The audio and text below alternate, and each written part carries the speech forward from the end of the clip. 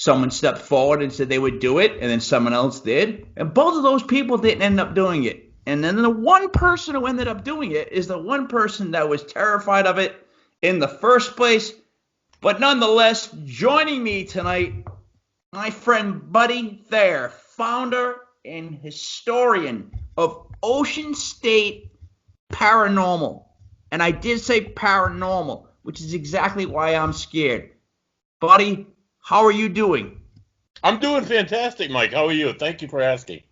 I'm honest. I'm scared. I'm one of those Italian guys that, your mom tells you don't go bothering with stuff like that Right, because you're you not don't supposed want to. to find out.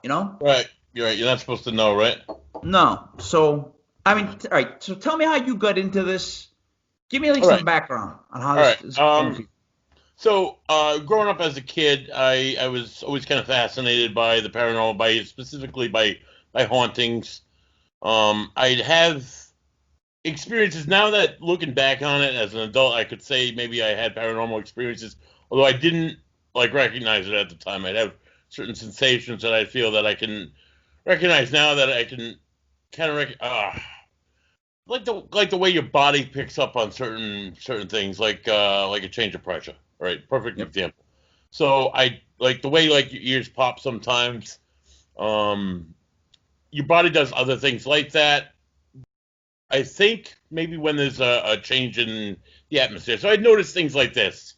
Or I noticed things like I used to work like when I was a teenager. Or like when I was a kid.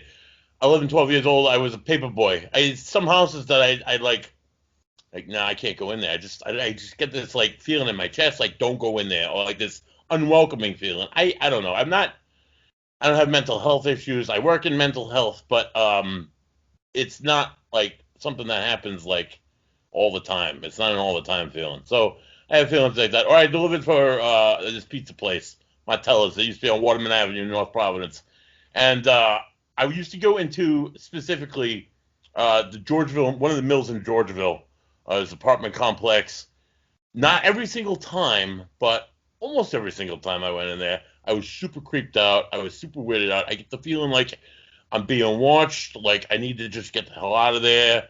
Like here's your food. Bye later. Yup, thanks for my tip, and then run out, man. I don't know, it was just a feeling of fear maybe that I couldn't explain. It didn't happen all the time. So I grew up. We go friends of us. We'd go to different places like the Mercy Brown, the Vampire's Grave. We go to like places like the Lad School, Mhm. which I ended up going back to. I'll show you that later. Expecting to see something, wanting to see something. They call Okay. it like legend tripping, going to these allegedly haunted spots, hoping to see something, hoping to experience something, and I never really did. So I'm like, yeah, So it's whatever. let, It, let me interrupt you, buddy, really quick. all So right. would you say that we all maybe have this sense that leads to paranormal stuff like that, but we just don't use it or look to it or hone it as a skill, and maybe Right. that yours is just more developed than say mine, and maybe Yes, that's that's what I. why you think.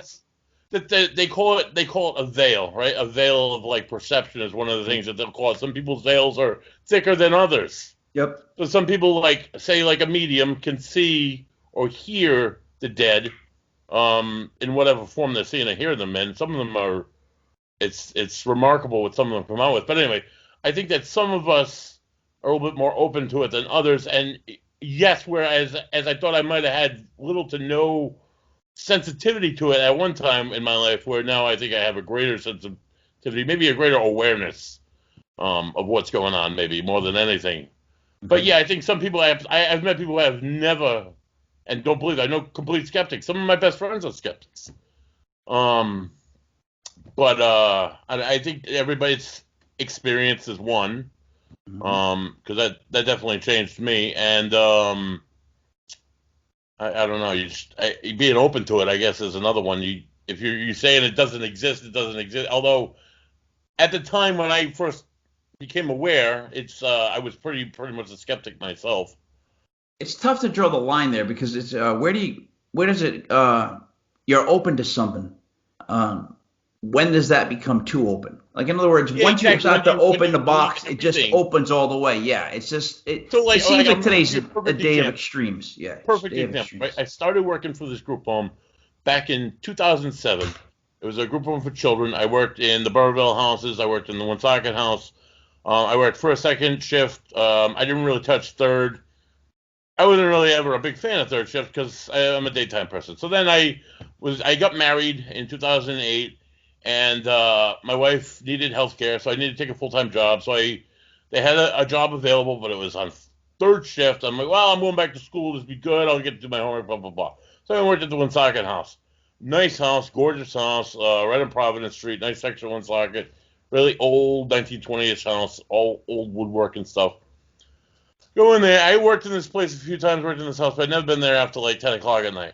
So I go in there to work third shift, and you clean the house, you do regular checks on the boys, you do the meds for the next day, you prep the house for the next day, you do the dishes, stuff like that. Take care of kids as they get up, as they need it, 4 to 12 years old.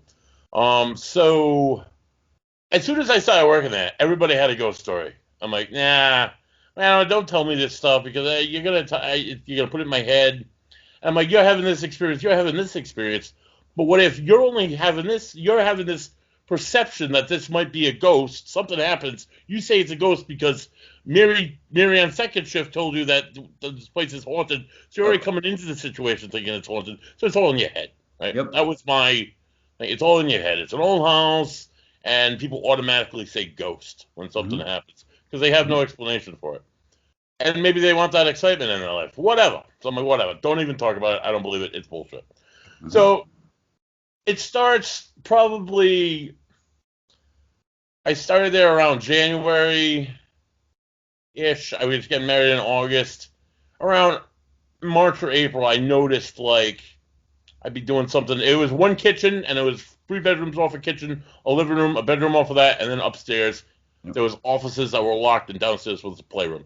So I noticed like just that weird feeling, like you constantly like I thought I saw something. Did I just see something? And you look over you, and there's nothing there. You get that feeling like you're not alone, right? So I was just, Mm-hmm. it's just buddy, it's in your head, it's whatever, it's nonsense.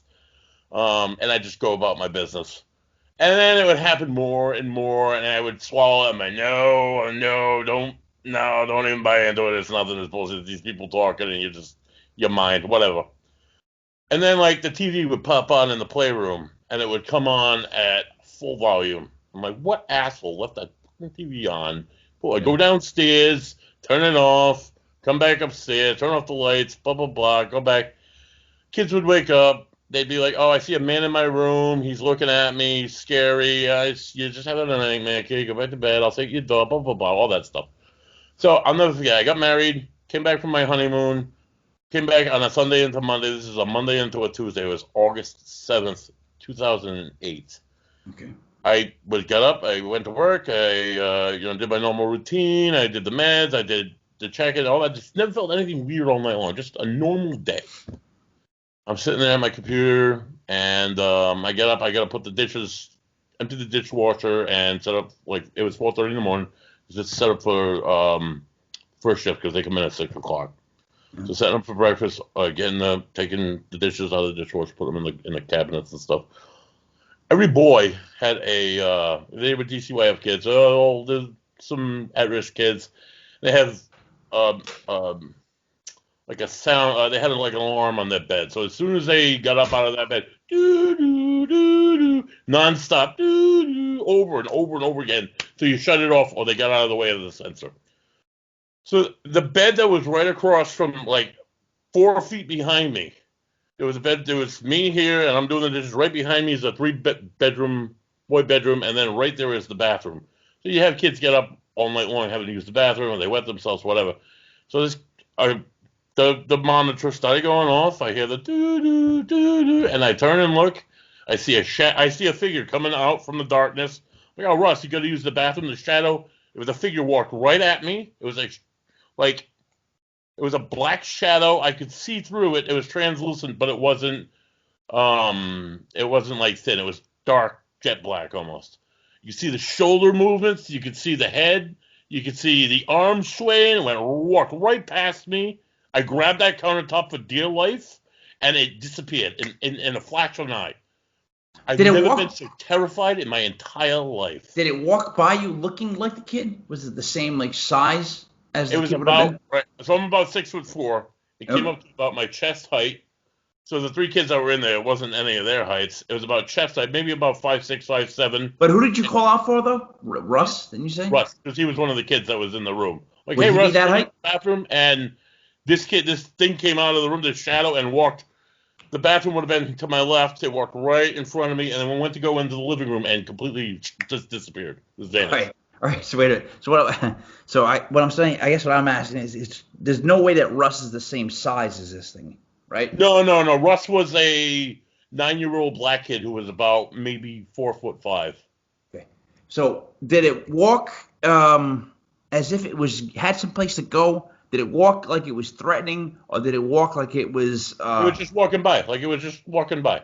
As if it was just walked out of the bedroom, was walking in the living room, like going about its business, like it was a person. So nothing was special. It was just like nothing was special. It didn't bother me. Mike, it was a black shadow that walked in front of me, and I almost shit myself. That's exactly what it was. When you got scared, did it? Do you think that it felt that you got scared? Like when you started. The shadow didn't interact with me. However, didn't speed up when you not at all. Didn't speak. Didn't look at me. Didn't have eyes. It was just black, like what someone might describe as a shadow person. I don't really buy into the whole shadow person thing, but it was a clear, definitive shadow, and you saw like the strut. You saw it walking. You know. Yeah, it's odd you say that because that's actually the picture I put up. For the show, whatever those put up shadow people, yeah. The thumbnail, yeah, because the one thing that I've always had issue with, see, I refuse to allow any of this stuff in my head.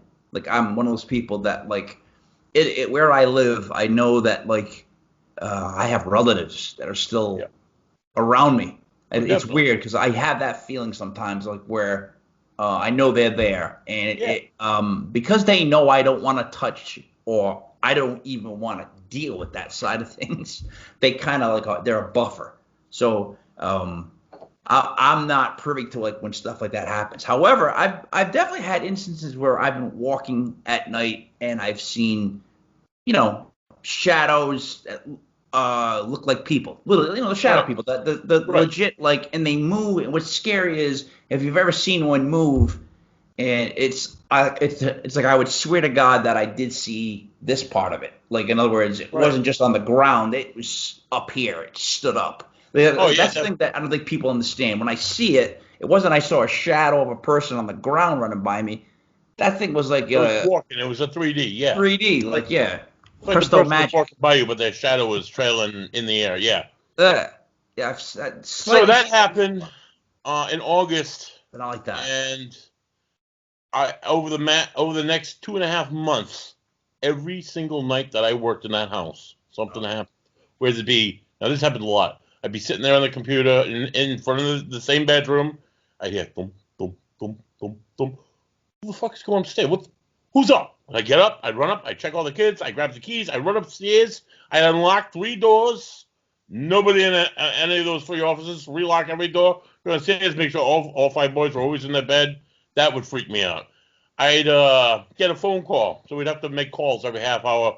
We're up, all 5 kids are safe, blah, blah, blah, everything's cool. Hang up the phone. I got a phone call from one of the other houses. Hey, Lori was driving by. She wants to know who you got there. I'm like, what do you mean who I got there? I got Russ, I got Bobby, I got Fred. No, not the kids. Who you got there for staff? Is it just you? Yeah, of course it's just me. Who else would I have here? You traded anybody? No, I'm not trading. It's just me and the 5 boys. Lori drove by and she saw a woman standing in the Florida room.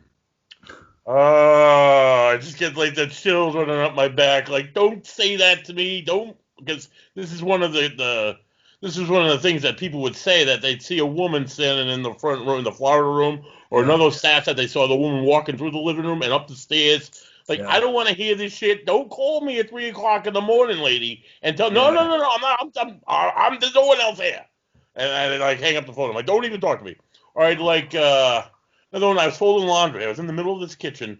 Nothing else around me. I'm folding a big sheet. I got my arms out like this. On the back of my shirt, I feel like this. I tug on my shirt. I turn around thinking it's a kid. Get up. I didn't hear him. nobody there. I'm like, whoa.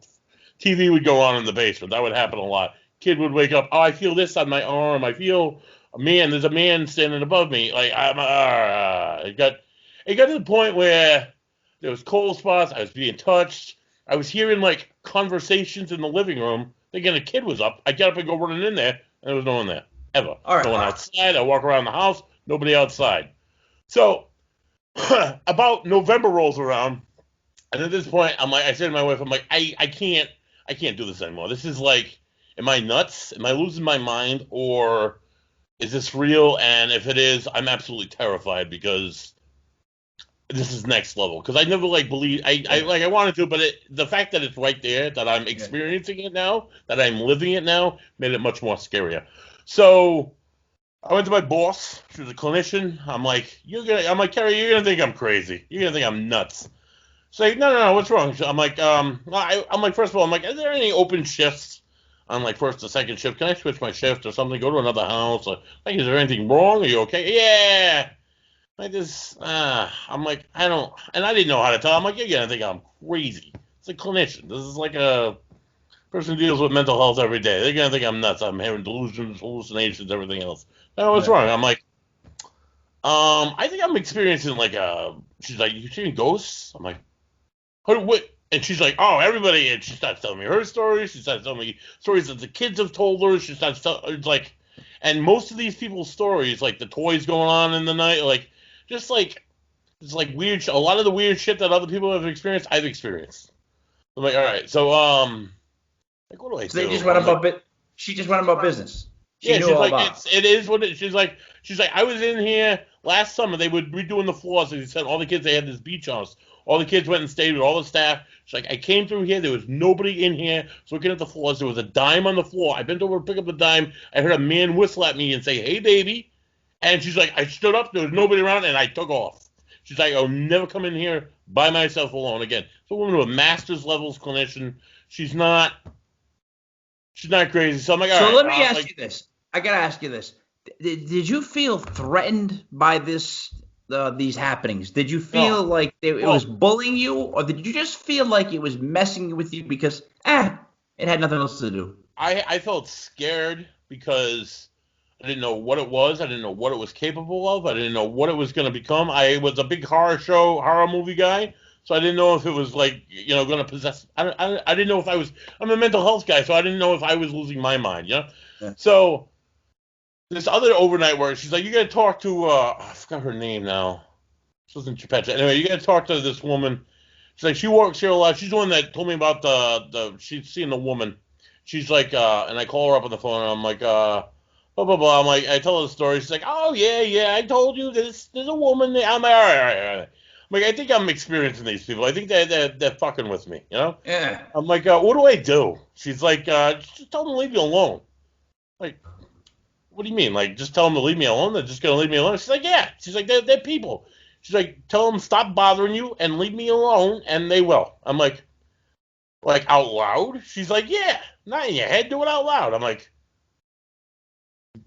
what? She said, just do it. So I'm like, she's nuts. I'm like, whatever. So I end up going back to work. I'm at work at like 2:30, 3 o'clock in the morning. I'm like, let me give this a shot. I shut all the doors, all the bedroom doors. I stand in the middle of the kitchen where the height of activity has always been. Yep. And I'm like, look, actually, let me pause the story here. I did some research beforehand. I went to the Woonsocket City Hall, and I looked into there were 4 owners of the house. The group home who bought the house. The people who owned the house before it were party people, and one of their party people friends was an employee that worked with me, so she said that they were all living. There was a family that had 3 kids and a husband and a wife, and they owned the house for like 50 years. All the members of the family were still alive. The parents were old and elderly in a nursing home. So the last possible suspects of ghosts that this could potentially be was this Italian couple from that had immigrated just before 1900, come here, worked at the mills in Woonsocket, built this house in 1920, and in 1939 they fell behind in their mortgage at the end of the Depression. They lost their house, and both of them were dead by 1941. They're both buried in the Sacred Blood Cemetery in Woonsocket at Paranunzi. So I went Close all the Stop. doors. Say no more. Italians, you take away their house, I guarantee They they're going haunt to you come for life. haunt you. Yeah, they haunt you forever. Oh, they're going to come haunt you. Go So ahead. But I already I know. said, Mr. and Mrs. Paranormal, you have a beautiful home, all this beautiful woodwork. I'll do what I can to keep it pretty, but I'm not here for you. I'm here for the safety of these children, and I'd appreciate it if you left me alone. I'm like, it's not gonna work. It's bullshit. And I went about my business. But that Sure. was November. I worked there until February. I didn't have another experience from that point on. No, you know what? I got to be honest. I just pulled this out of my head because I'm excited. The minute you figured out it was Italian ghosts, hey, forget about it, guy. All you're going to be is like, show a little respect. Tell them that you're going to take care of the place. You know what I Right. mean? That you're going to clean the bath of the dog, or whatever you got, and that you love it. But just like he would do for his family, you got to put your family first. And then he goes, Yeah, I yeah, wash my exactly. hands of you, you're all set. But It's yeah, I all can see that happening. I can see so that happening. That's about kind of about four scary. months about 4 months after that, my grandmother passed away. Sorry, And here. oh, but yeah, no, this is a while ago, but thank you. Within 3 days of her passing, stuff started happening at that house, and I grew up in that house. I lived almost every. I had my wedding stuff at that house, not my wedding, but I had my rehearsal dinner there. I had a lot of family stuff there. Always there, cutting the lawn, doing stuff. I never had a weird experience there ever until she died. Since she's died, um, it's it picked up exponentially. From smells, from like her smell, you'd smell it, or like it'd be like the stove would be found left on, which Yeah. is weird. That's not something that it's stovetop. The burner, nobody would do that, or the heat, which she would turn up all the time, was on 85 all the time. It's like, why is the heat? Why is it so hot? And you go and look, and the temperature was on 85. My mother, it got to the point where it got a lot. It got heavier. It got a lot more stuff happening. My mother was scared, as I was months before. She's like, get those ghost hunters on TV. Have them come in here. So I called TAPS. I called the ghost hunters. And they, of course, were booked and doing stuff all over the country. So I found another team. They came in. They were able to replicate the smell. They had the same smell experience. They couldn't find any location for the smell. They caught an EVP. It was pretty good. And it's just the way they made us feel. The way they're like, look, it's probably your mother-in-law, it's probably your grandmother. It's not the demon, it's not the devil. They educated us a little bit on it, and they just put us at ease. They made us feel like, all right, this is not like some evil that's going to take over and like kill us all, like in a horror movie or something. This is just like Nana, and she might pop up every now and again. While it was still, and still is to this day, a little unsettling because it's weird. Yeah. It's still like, okay, it's just Nana. Hey, how you doing? Merry Christmas, whatever. So at that point, after that, I ended up joining that team, and I ended up doing a lot. I studied history in college, so I did a lot of. I became the historian, and in turn, I was able to pick up on a lot of stuff, looking at pictures, analyzation, listening to stuff, analyzing audio and stuff and video, and after a few years of doing that, they kind of folded up, and I ended up. My wife convinced me. She's like, "You can just do it, just follow your own thing." And I founded Ocean State Paranormal in 2012. So our thing is to go. I do a lot of residential haunts. Go into a lot of houses, even that aren't haunted, and we'll find a reason why they might be experiencing something, and they're like, "All right, this is the logical answer to your problem. You have a shaky pipe. It sounds like footsteps when like a truck goes by, or Yeah. like you feel afraid in your basement because you have poorly insulated wires because you live in an old house and the electromagnetic field is causing you this natural feeling to feel scared. And that's why you feel scared in your basement. It's not a ghost. It's your house. It's your wires. It's natural. It's okay. Maybe you get an electrician in here, but it's not a ghost. Right? So Okay. I don't just like automatically go to ghosts.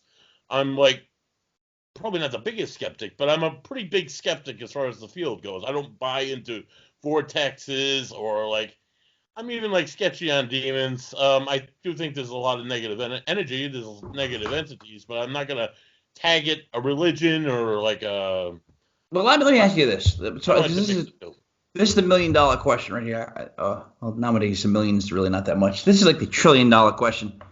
So, what do you think a ghost is? Because allow me for 1 second to Oh, explain. good lord! Where I think ghosts come in. See, I'm a person that very skeptic on certain things. Mm-hmm. Other things, conspiracy theories that people would call conspiracy theories, I buy into. Some of them, like I just believe a lot. I'm one way or the other on this stuff. With ghosts, see, I have an issue with um, multi universes, and I feel horrible that Marvel Comics had to go make that like a major part of their movies because it feels like it was just another way for Hollywood to make a joke out of something that's real or kind of joke around with something that like I literally feel like we bump timelines. Like NASA had that one blip. I want to say about like 16 years back, maybe less than that. Where time's always been a constant, just straight line, and it actually had a blip. So that means there was like infractions where it would cross through in multi places, showing that time could be everywhere. Yeah. Maybe. So I'm going to say maybe. I can't say. I don't like to say one way or the other. See where I'm coming from, though? What I'm getting at? Like, I always thought ghosts might have been, are we slipping through into another dimension, maybe? Yeah, not even dimension, just time. Yeah. I know that sounds really weird, but if there's ghosts, could it just be that, are they spirits? What I'm saying is it the soul of people that came out and they're haunting a house? Is that what we think it is? Like honestly, what I think it is. I think it's energy.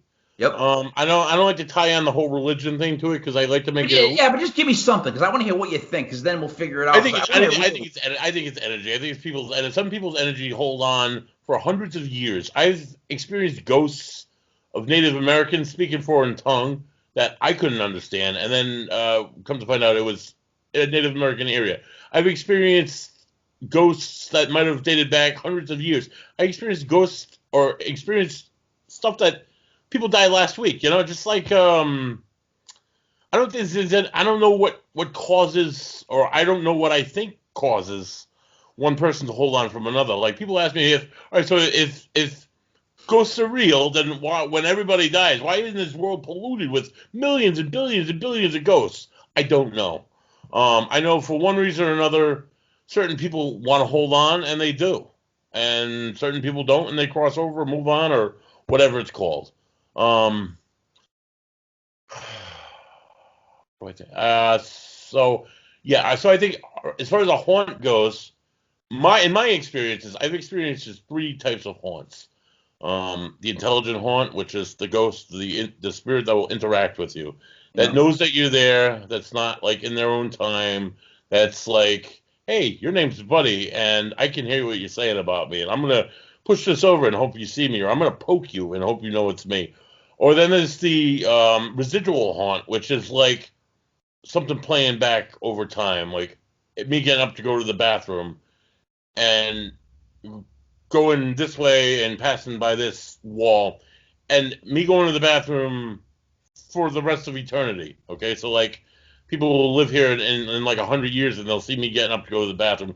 It's just what I did in my time. I don't know that they're there. All I know is me. I'm just getting up to go to the bathroom. Let's hope it's not. Let's hope it's not you getting up to go to the bathroom. Right, exactly. But yeah, it's but I get that. I get what you're saying. People will see spirits in Gettysburg, and it'll be soldiers marching. And they don't interact with them. They're marching. They're doing their own thing, and that's said to be like a residual haunt. Or I get those three. I'm stuck on the energy part. And that's just really where I'm stuck. I got like a 4-year-old's brain. So like I do too. I'm not the big science guy. I don't want science. I want. Do you believe in demons? Do you believe in the dark side? It just changes form. So I guess that's what I believe. Buddy, do you believe in demons? I believe in negative energy. Okay. Right? I believe there's negative entities. Absolutely. I have been on investigations. And I've had surreal moments where I'm like, is this real? Is this really happening? Like where you feel temperature changes, where I've been scratched. I've had a scratch, literally. I did an investigation. It was case 7. It was in Providence. And we brought in demonologists, and they did a cleansing. They did a house blessing and whatnot. It was basically like a Catholic mass. And they said a bunch of prayers, and they do a bunch of scripture. The next morning I was taking a shower, and I realized it when I'm in the shower. Now, it could have been that. It could have been my cats, but I don't think my cats have this kind of surgical skill. I had a cut running from here to here, right along my hairline, perfectly Wow. with my hairline. It's just weird. I was in another place, in a mill down in West Warwick, and we were in a room, and I was just standing there, and we are just sitting there chatting, blah, blah, blah. In the dark, it was an investigation, we were with another group. I feel something like running down my leg. It feels like cold water. I'm like, did I like go by a pipe? Or like, what's this on? I'm like, you got a flashlight? Yeah, he shines the light, and I got blood like gushing down my leg. I got a giant cut of this long on my calf. I didn't feel it before, like the cut on my head and the cut on my calf. I didn't feel it until I saw it, and then it was like burning, awful pain. Ended up taking care of it, and it was fine, and both went away fine. I don't know if it's, I can't, I'm not gonna say it's demonic. I don't know if it's, but come to find out that room that I was standing in, the mill was abandoned for years and years and years, and when they went in and cleaned it out, that room had a giant pentagram on that very wall that I was standing against, and kids would come in and do like satanic worship in that very room.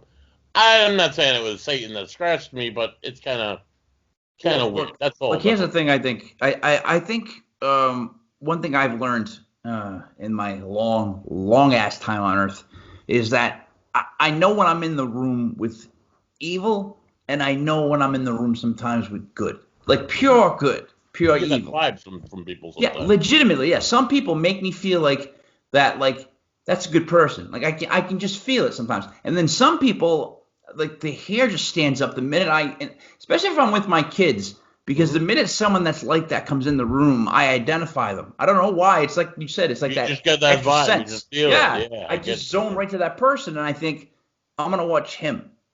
So I do believe that there's evil. With that said, if there's energy staying around, I would think that it's energy that has a reason to stay around, meaning there's something that it hasn't finished.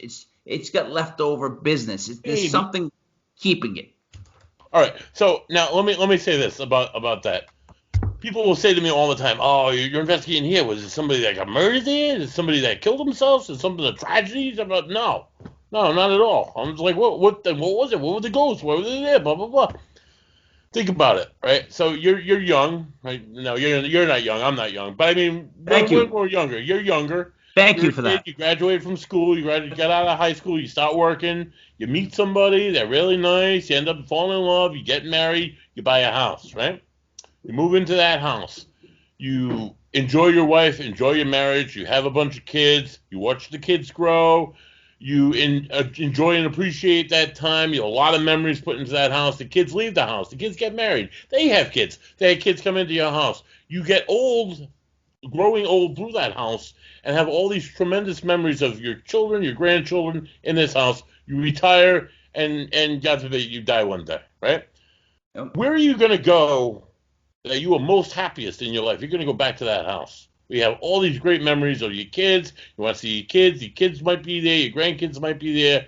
You're going to go there because you want to see all these people. But why? But why not go to heaven? I don't know. Maybe you were, all right, some people did things while they were on Earth. Maybe you were a child molester and you don't feel like, you don't want to cross over, you know? But all right. So now you're coming back to what I believe in. It seems like the negative ones stay. Maybe you don't want to leave family behind. Maybe you're not ready to leave those family behind yet, and you want to still see them all the time. All right, you could be worried about them. Yeah, I get that. So you stay behind. It doesn't necessarily mean they had a job. Maybe Earth was their heaven, and maybe their heaven is what they did every day, where they raised their people, where they raised their loved ones. Maybe that's their heaven. Maybe not everybody believes in heaven. What happens when an atheist dies? Yeah. I guess I guess if you start to think about what really constitutes a ghost, or what we think it could be made up of, it's too many answers. In other words, it's too many. I guess it's just too many answers. But I do see it as energy left behind, and I do see it mostly as negative. Like when I think of ghosts, I think negative. When I've heard ghost stories, 75% negative. Yeah. Why would they make me feel that way? It's honestly 99.9% of spirits that I interact with, I believe, are positive or not at all negative. Not at all here to do me harm. Some of them have something to say. Some of them don't. Some of them tell me to get the fuck out. Yeah. I've heard get the fuck out of my house before. Really? for spirit box, which is something that you generally hear on the radio. So I kind of thought, Spirit box. See now, uh, look, I'll be honest. I don't follow on paranormal. My wife does. She'll watch shows. Whenever this comes yeah, on, she'll watch stuff. don't believe I anything you see on TV. First I, of all, I do stuff like this. I'm like I said. I don't. I try not to invite the devil over. You know what I mean? I'm one of those people. But I'm a big no for the Ouija board because in my head I believe the someone's Ouija pushing. board like invites evil because that's what you've been told. The spirit box is it scans radio waves at a higher rate. It does it at backwards, forward speeds. Yeah.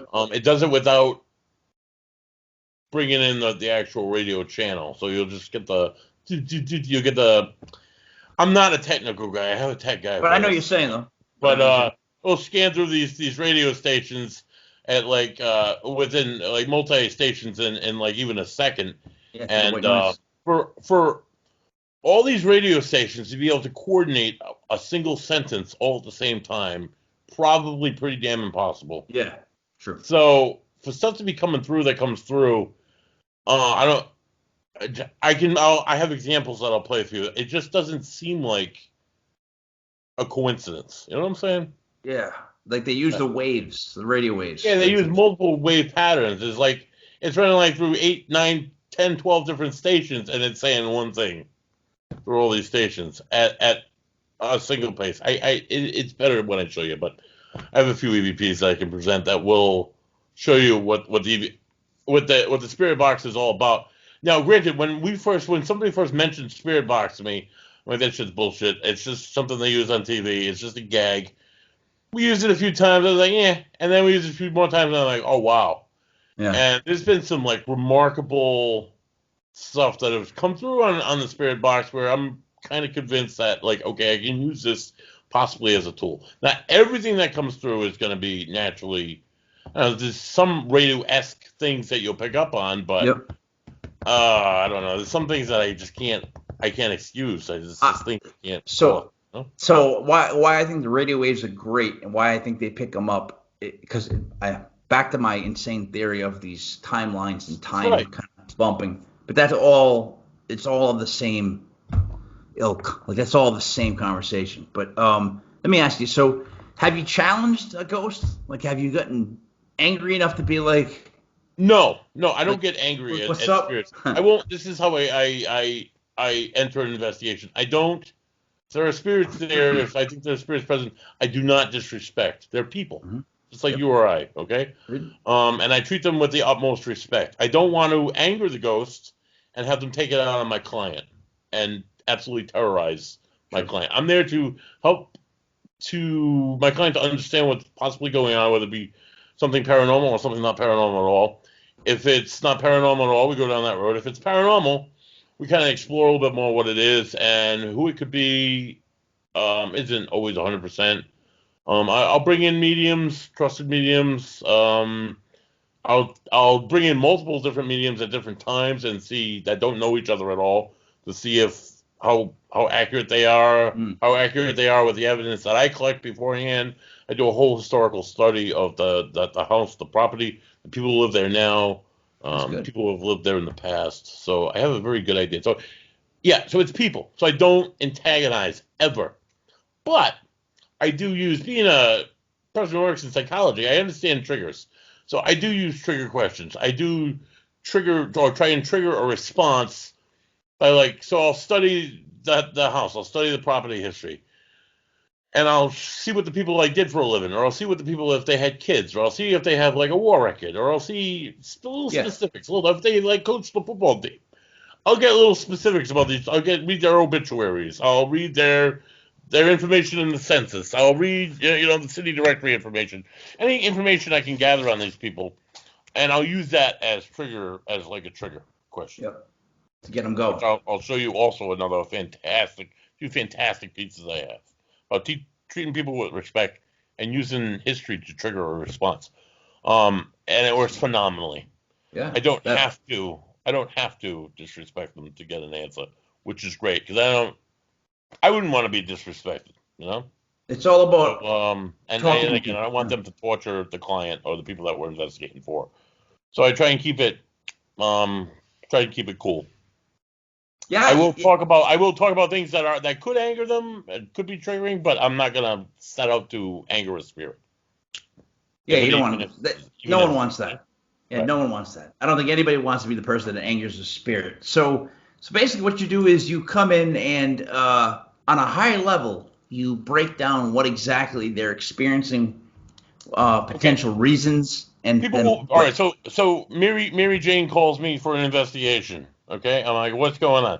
I have a whole pre-screening process where I take in all their information. I don't just get the paranormal information. I get the honest information, who's living there, mental health history, medications they may be on. I'm trying to look at every avenue. Okay. I'm not. Paranormal is going to be my last one that I look at. So I look at everything else. I've met people who are out of their friggin' mind, dude.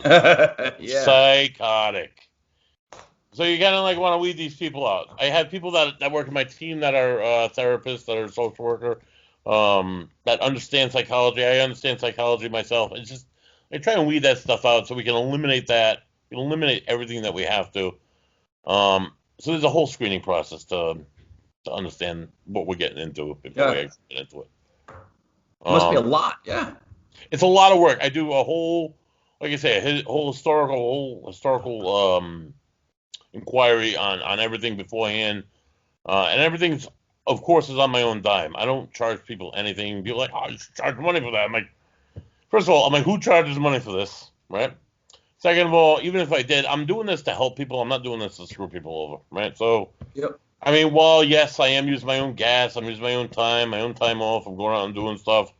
It's what I love, so I don't necessarily mind. I love history, and the paranormal's pretty cool too. So it's allowing me to kind of use that history passion that I have as well. So using that, I Yeah. do that. And we do more than one visit. Sometimes it's 1, 2, 3 nights of investigating or days, whatever works scheduling wise. We're going with mediums separately after the fact, and then there's the whole review process, which people really kind of take for granted sometimes. And they say, a couple weeks, you'll get back to me. I'm like, nah, this is gonna take us like easily a couple months. We got like hundreds of hours of audio recording over a couple recorders, videos to look through, which is incredibly boring at times. Not all the time, actually, about 95% of the time. This is not, you're looking at a video, you're just looking at, like, all right, I'm recording this chair for 6 hours, and I just gotta look at this chair and hopes that something's gonna happen, because if not, I'm gonna, like, blow my brains out of boredom, which is Yeah. usually the Wow. case. But yeah, we do the whole process. A case could take anywhere between 4 and 6 months. And then some even, I mean, So in general, for the whole process, you have to have an incredible amount of patience. Because I'm listening to you talking, even how you interview the person, it's slow and it's meticulous, and you're doing it for a reason because you're trying to weed out the crazies, and you're trying to stay on track and you're comforting by covering all the bases. That must right, comfort right, the homeowner that you're intelligent enough to cover all the bases and slowly, you know what I mean, take care of everything. That's a calming tempo. Whereas if I was doing it, I would be too hyper and I'd upset them and they would not want me back. right. And some people are So meant for it, yeah, some people aren't, right? I get it. I get it. I get it. But Continue. it's I try to make it. It sometimes is tedious, and sometimes like even after the fact, people will like message me for years. Like, oh, I'm still having stuff. Well, you're gonna still have stuff because we're not the Ghostbusters. We're not gonna capture this ghost We didn't and put it suck in them a up. containment unit. We're gonna help you Yeah. to deal with the spirit and like live with it, I guess you could say. I want more. I want more. Well, we've said it's haunted or we've said it's not haunted. There's only so much I can do. Right? I can't like people. Some people believe in sage. I guess that it works for some people. I guess it has worked for some people. Sage? It's all in what you believe, I guess. Did you I don't say know. sage? Sage. They burn the sage. Oh, It's I an don't old know. Native American. I don't know. Some I would people. just challenge it to a fight, dude. That's all I know. I'd be like, dude, come downstairs right now. That's all I know. That's all I know. So I don't think the Italian way would work.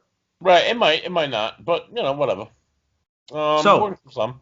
what's been the scariest? Wait, no, not scariest, but what's been the most God damn it moment, like I shouldn't be here. I shouldn't have done this. Shouldn't have made this decision moment you've had dealing with all this stuff. Like, you know that moment you have, you're like, I shouldn't have committed. I can't believe I'm here. I can't believe I agreed.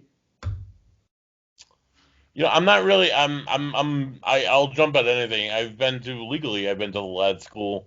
I've been to the Providence City Hall. We've investigated there. I've investigated like jails. I've investigated mills, people's houses.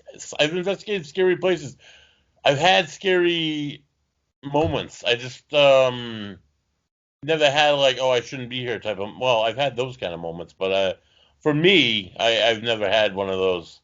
Except for no, I can't say that. I have had one of those moments. So I was doing with another group with a guy. He's a demonologist, and I'm not gonna mention his name because he's an active guy in the field. And he was running an organization that he doesn't run anymore. And he asked me as to be a consult because I was versed with psychology and I knew symptoms and I knew like what crazy people look like. And he's like, oh, I got this woman, dude. She's like. She's definitely possessed. She has a possession. He was convinced that was demonic. Convinced. Like, all right, I guess so. I'm not like a demon guy. I'm a ghost guy. I'll tell everybody. I don't want to deal with demons. I don't want to deal with any of that shit. I'm like, when that starts, I'll call somebody else in. But I'm like, I guess I'll come with you. So my tech guy Joe, he's like, oh, I want to come too. I'm like, all right, come on. It was me, Joe, and this guy James. So we go down to this woman's house. She lives in Cranston, and we go in. And we're on the first floor, and she's telling us about all her experiences and all her issues. All this stuff happens in the basement, and blah blah blah. I'm like, all right. I'm like, she's crying and stuff. I felt bad for her, but I'm like, I wasn't sold on paranormal at that point. I was just kind of like listening to Were you thinking drugs? No, I didn't think. I wasn't sure about drugs.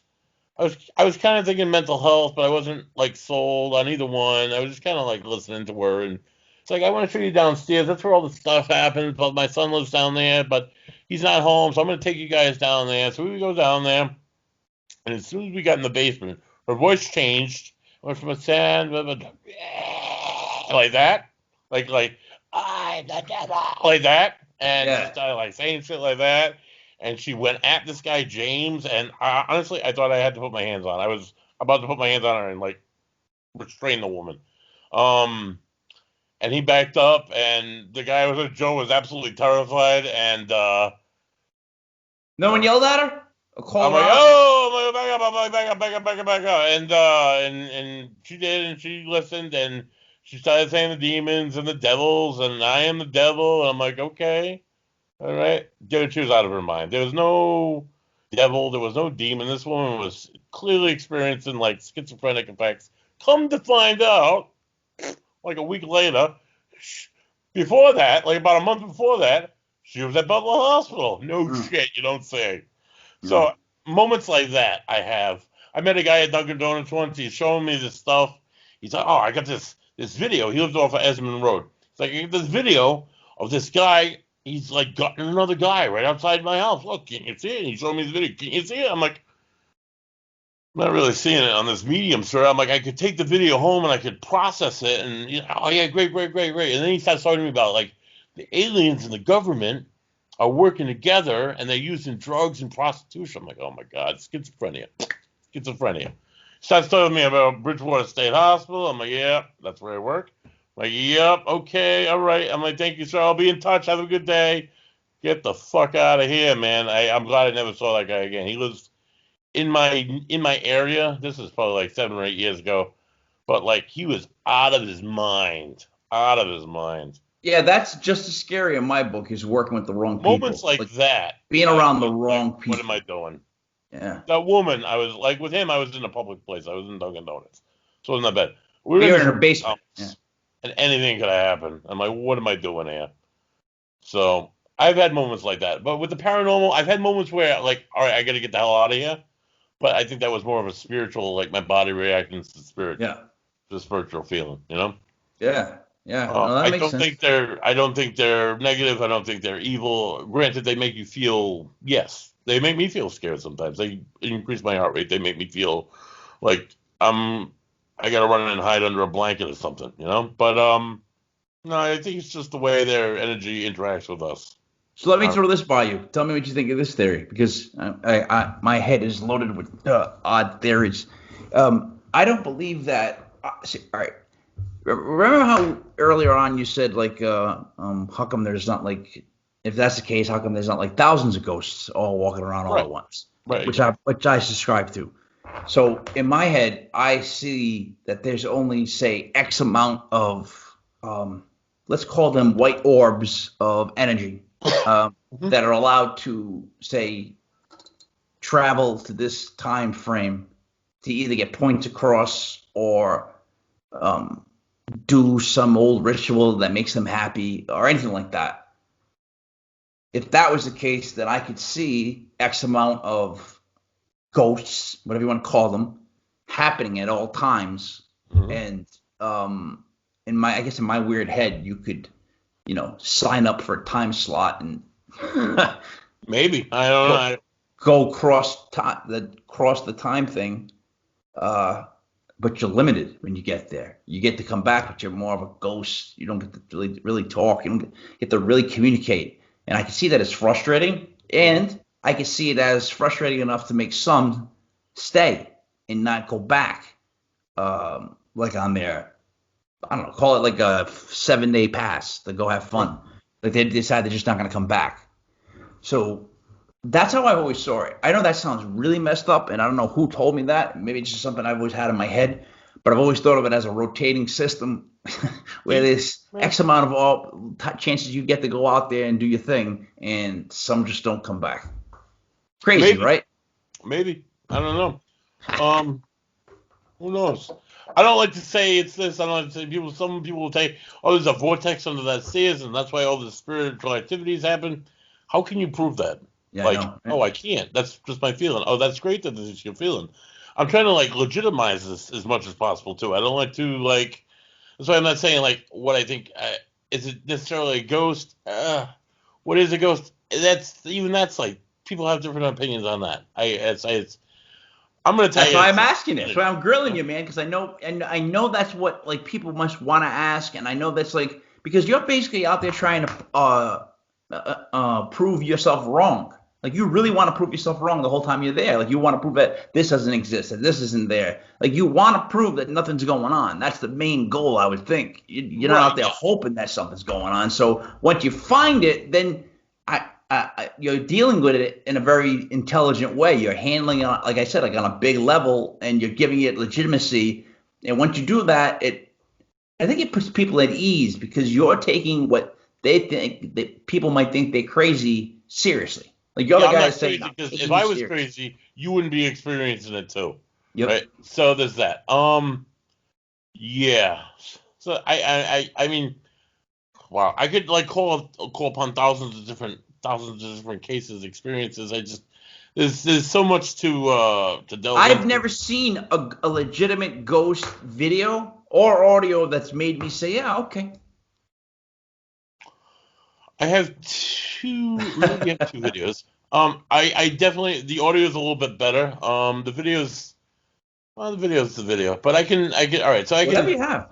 I can show you what I mean by triggering. All right, Yep. so like triggering a spirit. Hold on, this is the wrong thing. I don't know why I'm looking at this. Chrome.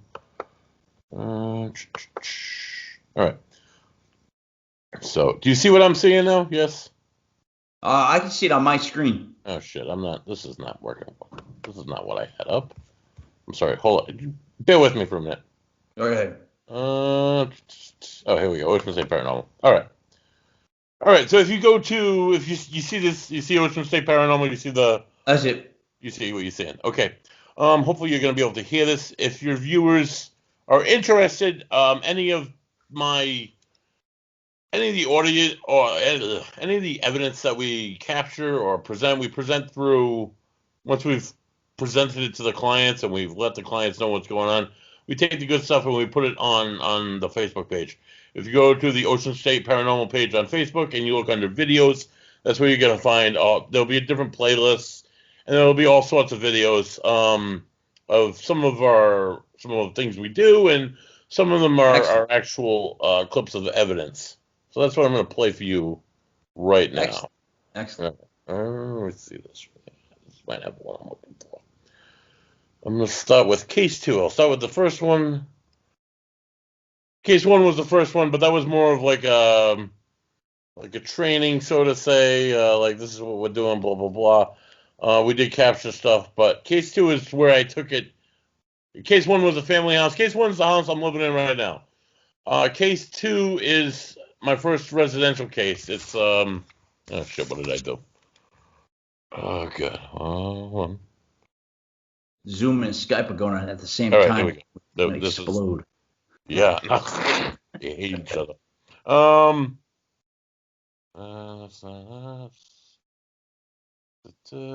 Bear with me a minute. Oh, that's fine.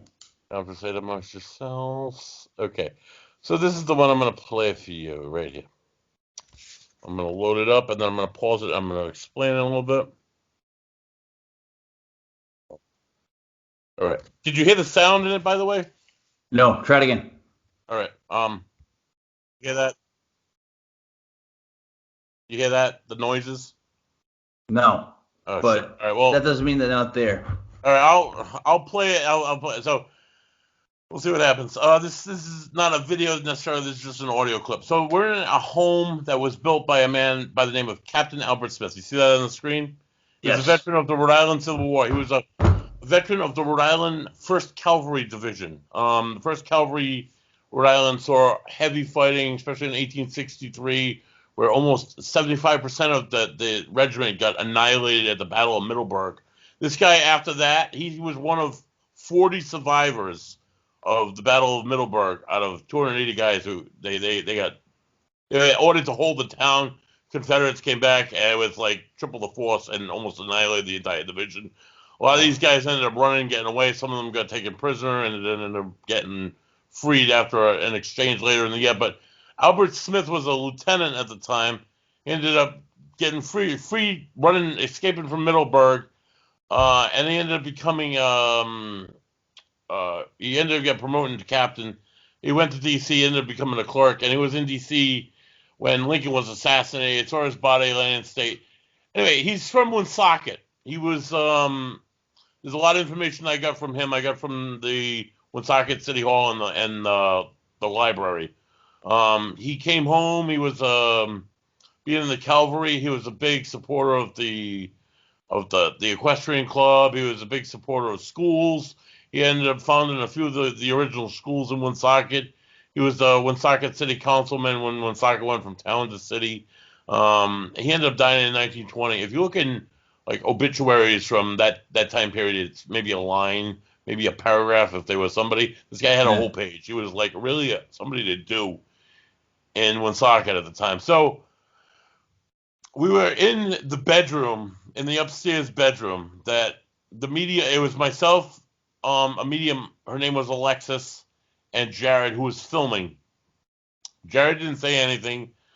Myself and Alexis were talking about what a cavalry officer might have carried into battle.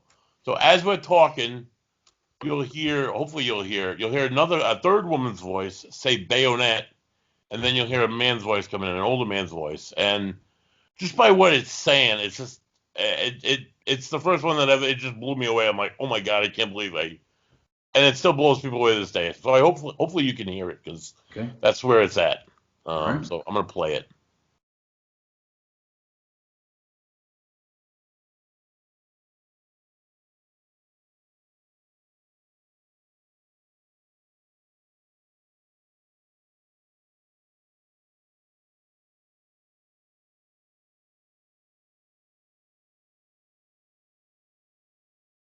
All right, Mike, did you hear any of that?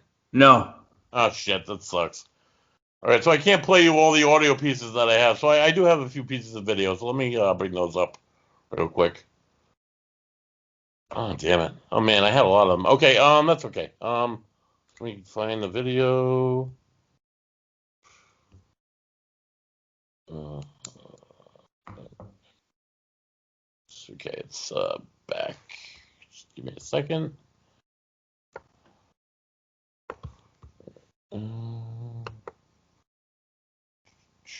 I like how I like how on the left it said grunge, and then the Daily Dolphin. You can't slip that by a sports guy like me. What are you kidding me? Oh yeah. I sniffed that right out. My older Uh, brother's a Dolphins fan. oh yeah, I get the game on right now. I was watching the KC game from. They didn't play that bad against Kansas City. I'm actually a little bit impressed with them this year. Those Dolphins and my Giants are two teams on the rise. Two teams that both play 11 men to the ball defense. And if you can't Yeah, love that, you don't love football. Like right. I became a Giants fan when they started beating the Patriots in the Super Bowl. That was fantastic. just the way they lump teams up.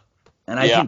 I think Tua is dude, he's being thrown right into the fire and he's just still trying to find his way through to win. Like they He make is. fun of the way He'll he be all right. looks, but he'll be fine. Just give him time. He was an incredible college football player. No, I know. Right, I can't say that because He wins. so many guys have flopped out of college in the Yeah. NFL, but But he wins. That's the thing. he does so far. Knock on wood. I won't allow myself to get excited at all because the Dolphins they've let me down for Christ's I sake. know, but look, no offense to you, they have been in a Super Bowl since 1980. What, 4? 83, yeah, 83. You really do need to get excited over anything. But go I don't- ahead. You know what I mean? Take it in. People are like, oh, they're doing enjoy well, it. they're winning. No, don't say anything. Don't say anything. You know. All right, so hold on, let me pause this before it starts playing out. Oh no, it's playing. Shit. Okay. Bring it back. Okay, so you see this screen here, right? What I'm looking at here? Yep. This hallway, black and white. Yep. Yeah? Yeah. Okay. So this is the Varner Memorial Armory. This is in East Greenwich. We were lucky enough to get invited to go in there and investigate about 3 years ago and had a very successful investigation.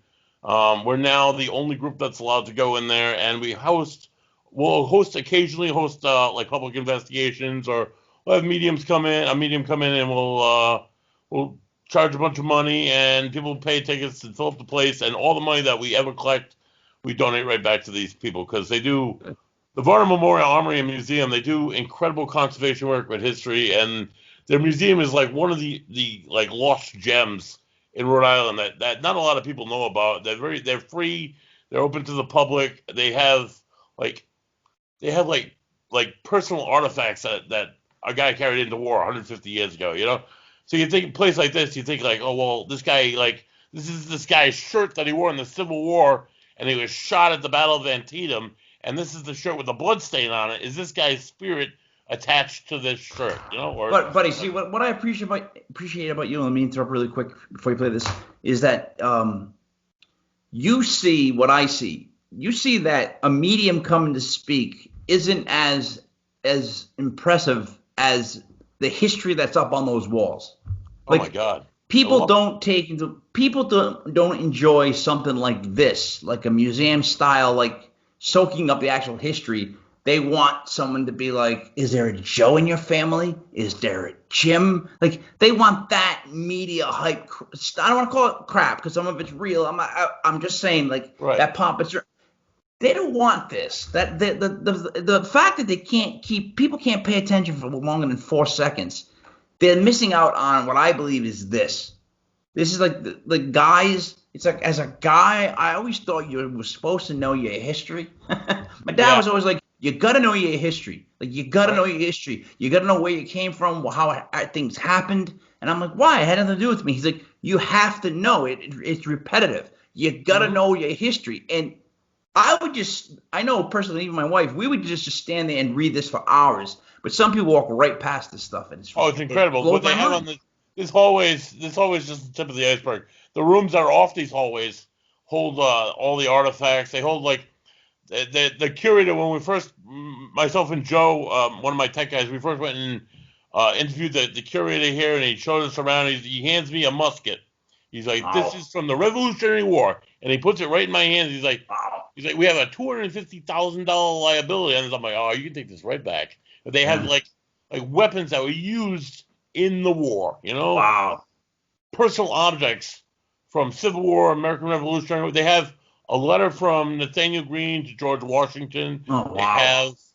have a letter from a slave from a plantation in Warwick, Rhode Island, who's fighting during the American Revolution, who's absolutely traumatized by war, wants to come back home to slavery rather than serve his term in the military Wow. and get freedom at the end of his and get paid for it. He's like, I don't want any of that. He's like, I can't stand this anymore. It's killing me mentally. I'm having fits, and I need to go home. They have that letter sitting in this armory. They have Wow. like incredible, like the Gettysburg gun. I don't know if you know what the Gettysburg gun is. It's sitting in the State House. It's got that cannonball that's like almost welded in the barrel. So Yep. the guy that died that was firing that, he had a Bible that he kept as like a notation of like every battle that he was in. He was in Antietam, Fredericksburg, Chancellorsville, and Gettysburg, and he died on the third day of Gettysburg. He took the Bible and he handed it to his sergeant. He's like, make sure this gets back to my wife.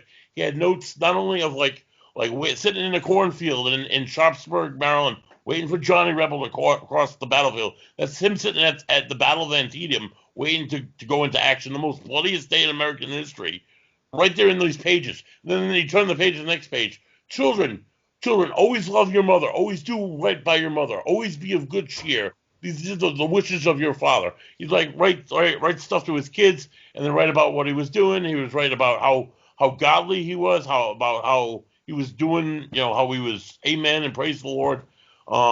That Bible sits in that museum. It's just absolutely incredible the amount of history that's there that nobody even knows about. So we investigate there. We do public stuff there. So Patrick, the curator, he works for Schneider Electric, and he does this like pro bono on the side. So he has the home office. So the door at the end of the hallway, the first doorway on the right, which you can't see in the frame right now, he's in that room. He has a little office in there. That's the lounge. So he's sitting in the lounge doing his office stuff. Yeah, he's one of 4 people that have the key to that building. It's like a Tuesday. I think it ended up being, it was Halloween. Halloween 2017. He texts me at work. He's like, buddy, you're never going to believe this. So he's like, I'm sitting there. I'm doing my work. He's like, I hear the door at the end of the hallway open. I hear a shuffling on the rug, like somebody's walking down the hallway. He's like, who the hell is this? He's like, I grabbed my gun because the place was locked up and I thought it was an intruder. He's like, I went in the hallway. I went in every single room. There's a bunch of rooms. There's a bunch of offices up that hallway. I checked the entire armory. No one was in the armory and the door was locked. He's like, so I went back on the video and I looked at the video and this is what I found. So the timestamp says 9:50:00. I'm going to zoom in, and at 32 seconds, there's going to be an anomaly on the door, and that's here. He sent me both. He sent me this video and the other video of him in the office hearing it and responding to it. I just have this video here to present, but I'm going to zoom in. I'm going to hit play, and you're going to see an anomaly, and or I hope you're going to see the anomaly, and that's what Patrick experienced. So here we go. So count in your head to like say 22 seconds. You see it zoomed in? Yep, zoom in. All right, so see this door at the end of the hallway? Yeah. The metal door handle, that's what you want to be looking at. All right. I'll tell you when I see it happening. I can't see the clock. Oh, there's a noise there. I'm zoomed in too much. Well, there it is. Oh. Yeah, it looks like it moved a little bit. Like a shadow blocks over it and then goes away. Yeah, it's definitely the color. The shadow definitely went over it. All right, let me see if I can go back and show that again real quick. All right, so in like 7 seconds, it's gonna happen. Oh shit! Come on. See that? See that? How it goes? Yeah.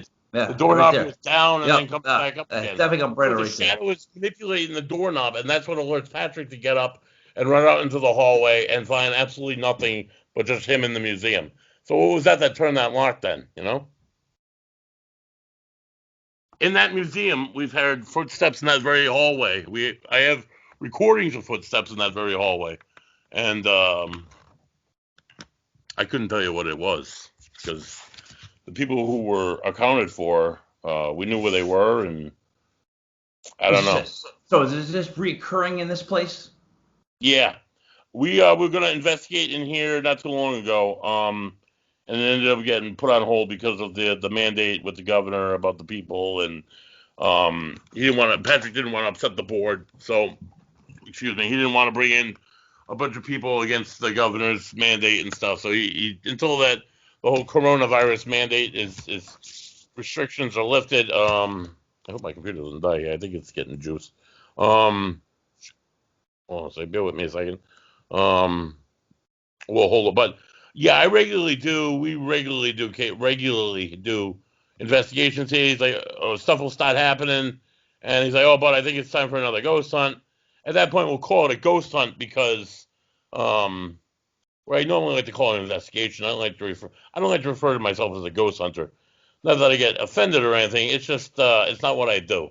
Because I look for all angles, right? Yeah. And I'm not like running around in a cemetery like asking for a ghost. Some cemeteries I'm in, but I don't know. I take it with I go in not expecting necessarily a ghost. Sometimes I'm expecting something different. That's probably the best way to go about doing it, though. But when we go in somewhere that we know that's definitely haunted, I have hundreds of EVPs from Paranormal Armory. I have that video. I have hundreds of like personal experiences that I couldn't explain of other people that can't be explained. It's just too. I don't know. Like I say, I don't think there's that much coincidence. So all right, this the box, the sounds that it picks up when it picks up people talking through the radio waves. Yeah, the belief is that the spirits use the radio waves to manipulate the what they want to be said. What's an example of that that you could show me how even if it's your experience or not, just the basic of how it comes through. It will come through. All right, so like in the one that I wanted to show you, we were at the Varnum Armory. We were on a public investigation on June 2nd, 2018. There were 8 of us sitting in one room. We were all adults, no children. And the spirit box is running. There's been so that we've heard children there. We've heard EVPs. We've heard with our own ears children's voices, and you can't find them. It was once. It's been known as like a family place over the years. So maybe there were families there at a dinner or something. But we picked up kids' voices ridiculously there. So one of the investigators that were there was asking, "Do you like it when people come to see you?" And a kid's voice came through, "Yes," as clear as day. It ran through like 4 or 5 different sweeps, though. So you're telling me a kid's voice said yes at the same exact time on all 5 of those stations? I don't see that as possible. Do you have a copy of that? Do you have? I do. I can show it to you. I show you where it is. I can't play it for you because you won't hear it because you're not hearing my audio. Can you play it and just put your microphone up to it? I don't have a microphone. I'm just I want to hear this because there's something to be said about how a kid's voice is by far creepier than any other voice you could hear come out of the blue. Oh my God, yeah. I'm like, I got plenty of those. That's what scares me the most because there's also that whole religious thing about first communion and all that other crap. Right. So right. It makes you wonder if you're one of these religious buffs, that's why there's so many of that phenomenon. Maybe. So you see my screen, okay? Yep. I want to make sure that everybody goes to Ocean State Paranormal. So these first few here are some of my good ones in this general area here.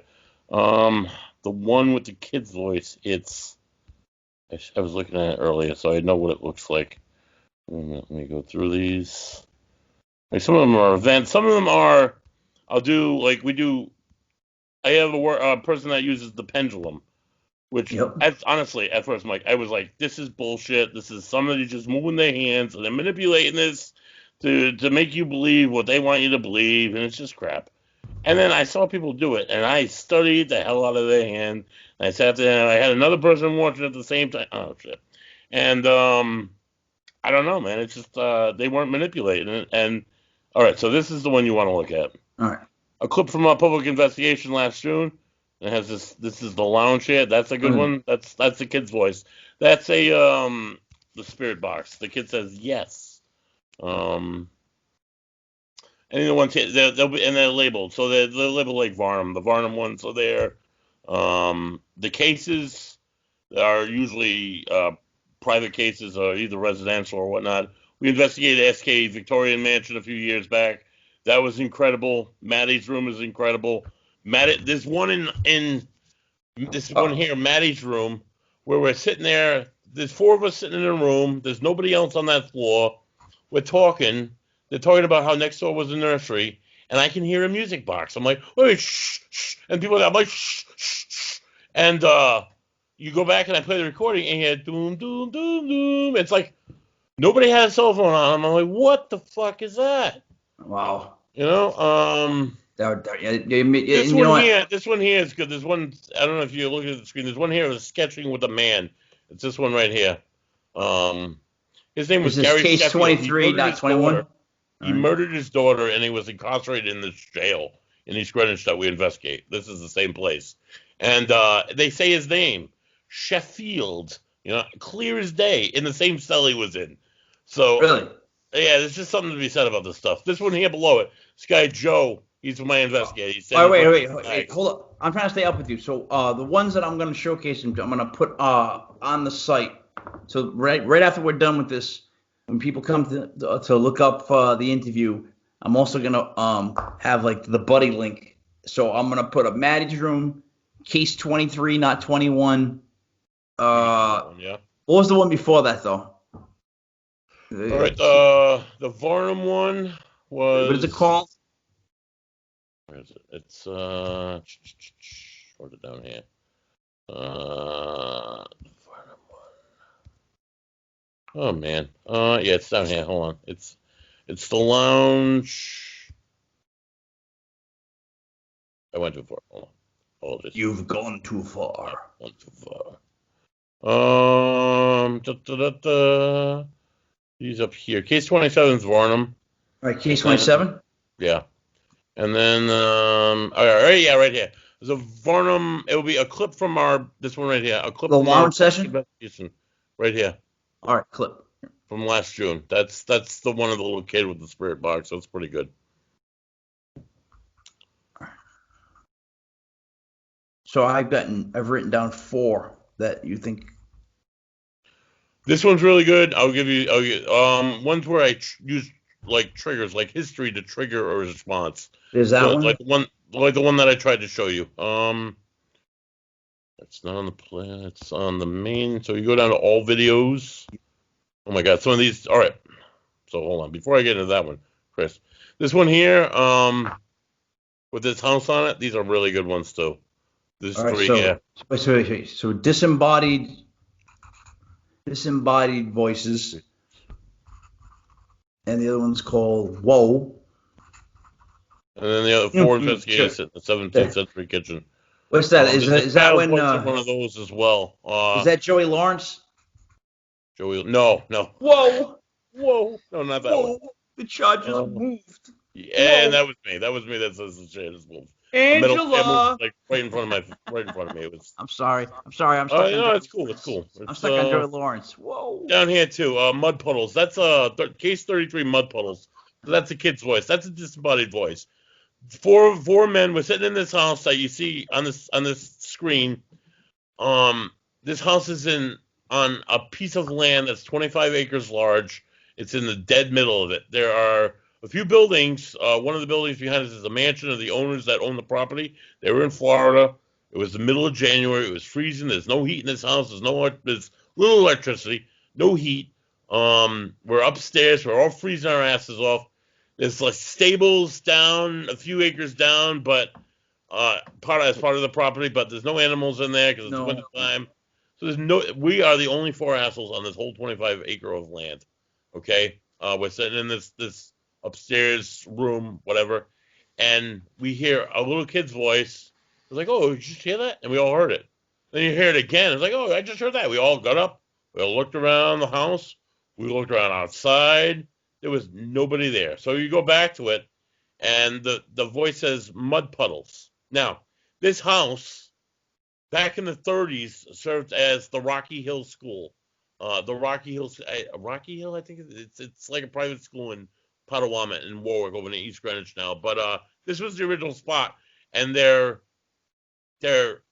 mascot, come to find out later on, was called the Narragansett Mud Puddles. Oh Christ! How freaking weird is that, though? You know, it's like I said, I just can't make show this me shit the up. what is the mud puddle one listed on the door again? It's Case what? 33. Case 33 Mud Puddles. Anything from Case 33 is gold. Okay. Because I think I could actually play them. Could I play them from my side? Like I'm You on might be your. able to. In other words, I'm on the site. Can you see what I'm doing right now? With No. can't see where I'm moving. Oh wait, let can't me find. Go back down. Let me go back to Skype. Hold on. I saw 34. My case 34. I don't know what case 32. No, I Buddy can't see what you're doing. returns. All right, it says Buddy returns. Lights out. Live from. This is investigation. EVP session. The woman's jail. Pendulum session at jail. Case 13. EVP 3. Paranormal. So the pendulum session is going to be like us doing a pendulum session. I just want to see here if you can hear something. That's what I'm trying to do. I'm trying to find one that maybe in the pendulum session.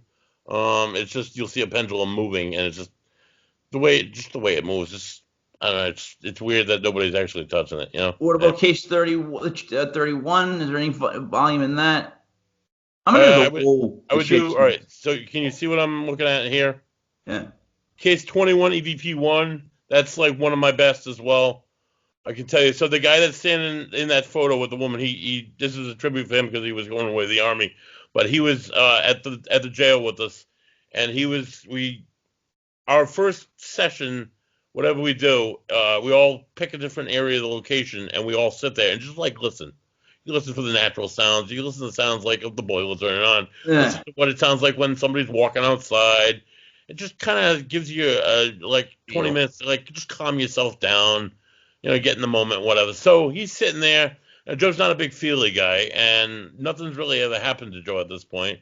He goes around and he set up all the cameras. We had just gotten the camera system, and he set before we do any of the sessions, and he's going and he's setting up all the cameras. And he goes up to the third floor, and he's like, dude, I just had this weird feeling. It's just like this odd feeling that I wasn't alone. So he's like, I stopped what I was doing. I put the cameras up, and I stopped what I was doing. I'm like, hi, my name's Joe. I'm going to be here for a few hours. I might talk to you. I'll see you again later. Thanks. And he just plugs it in, finishes what he's doing, and then he goes on. So we all draw before we start the lights out part of the investigation, we all draw from the hat to see where we're going to go, what area of the building. And sure enough, Joe pulled this third floor room that he was up in. Yep. Joe goes up there, and he sits down.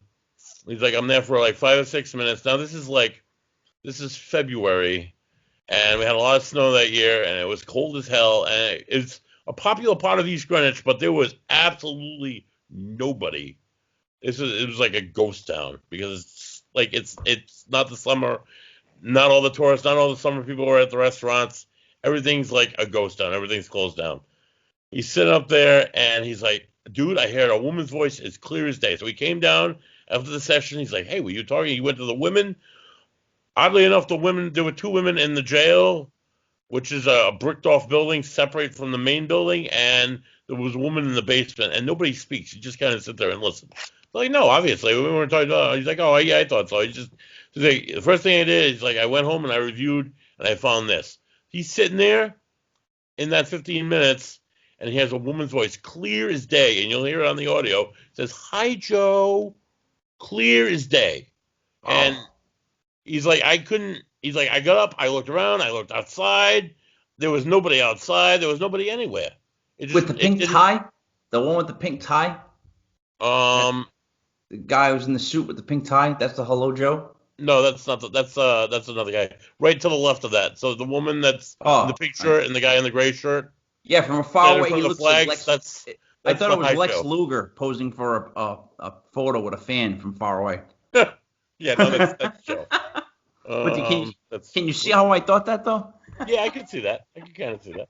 Yeah. He's kind of built these days. Yeah, I'm writing down Lex Luger. I'll know that one. So yeah, I'm gonna get them because we're having problems with the audio. I'm gonna get them right up on the thing immediately.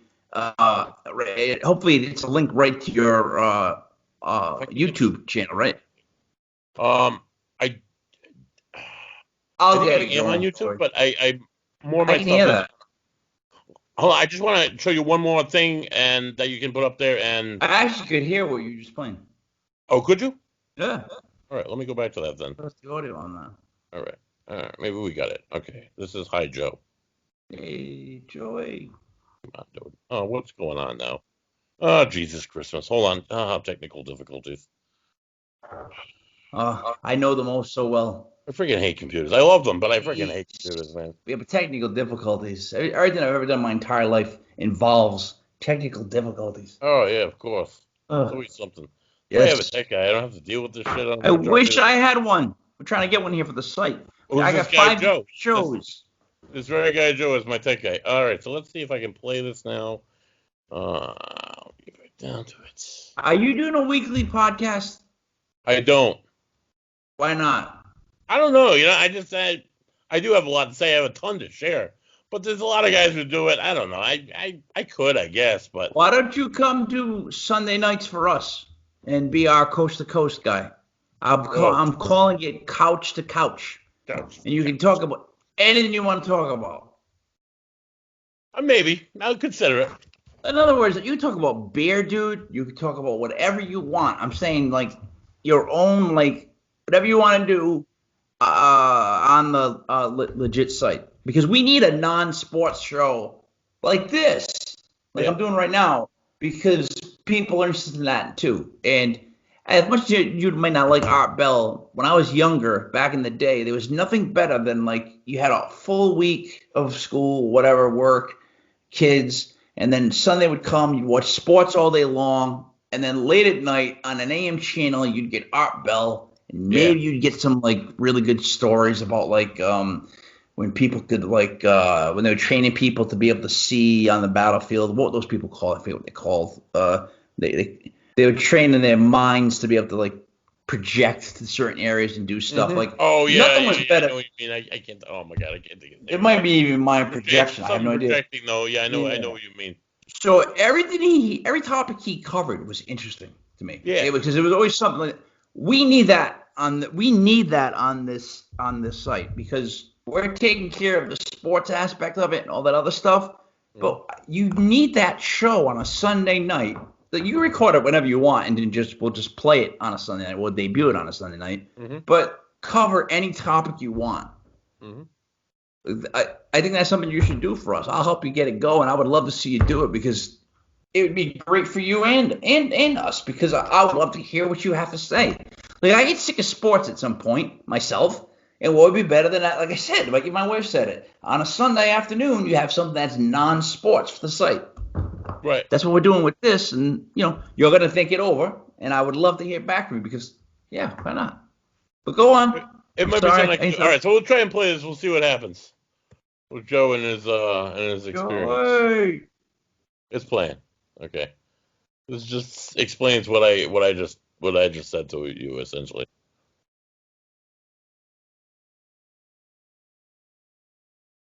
Did you hear that? Slightly. Like a woman. Hi, Joe. Yeah, but I can't wait to hear it now when I get off the thing. Play it back again, just at the right spot. Shit, yeah, hold on. Because I just did X, so now it's probably gonna stop. Hold on. Nah, yeah, it's not. It's not doing me. I'm sorry. Oh, now it's no. What is not there? Hold on. What if you took a big dump in this video? What if in this video you took a big dump? It was just a video you took. This is me taking a dump. Oh, no, wait a minute, no. Oh, God. Oh, this is terrible. What is this, the disco dancing? My computer sucks, and this is why I don't do podcasts. What did you just? What did you just do? When I needed to work for me. What did you just do in that video?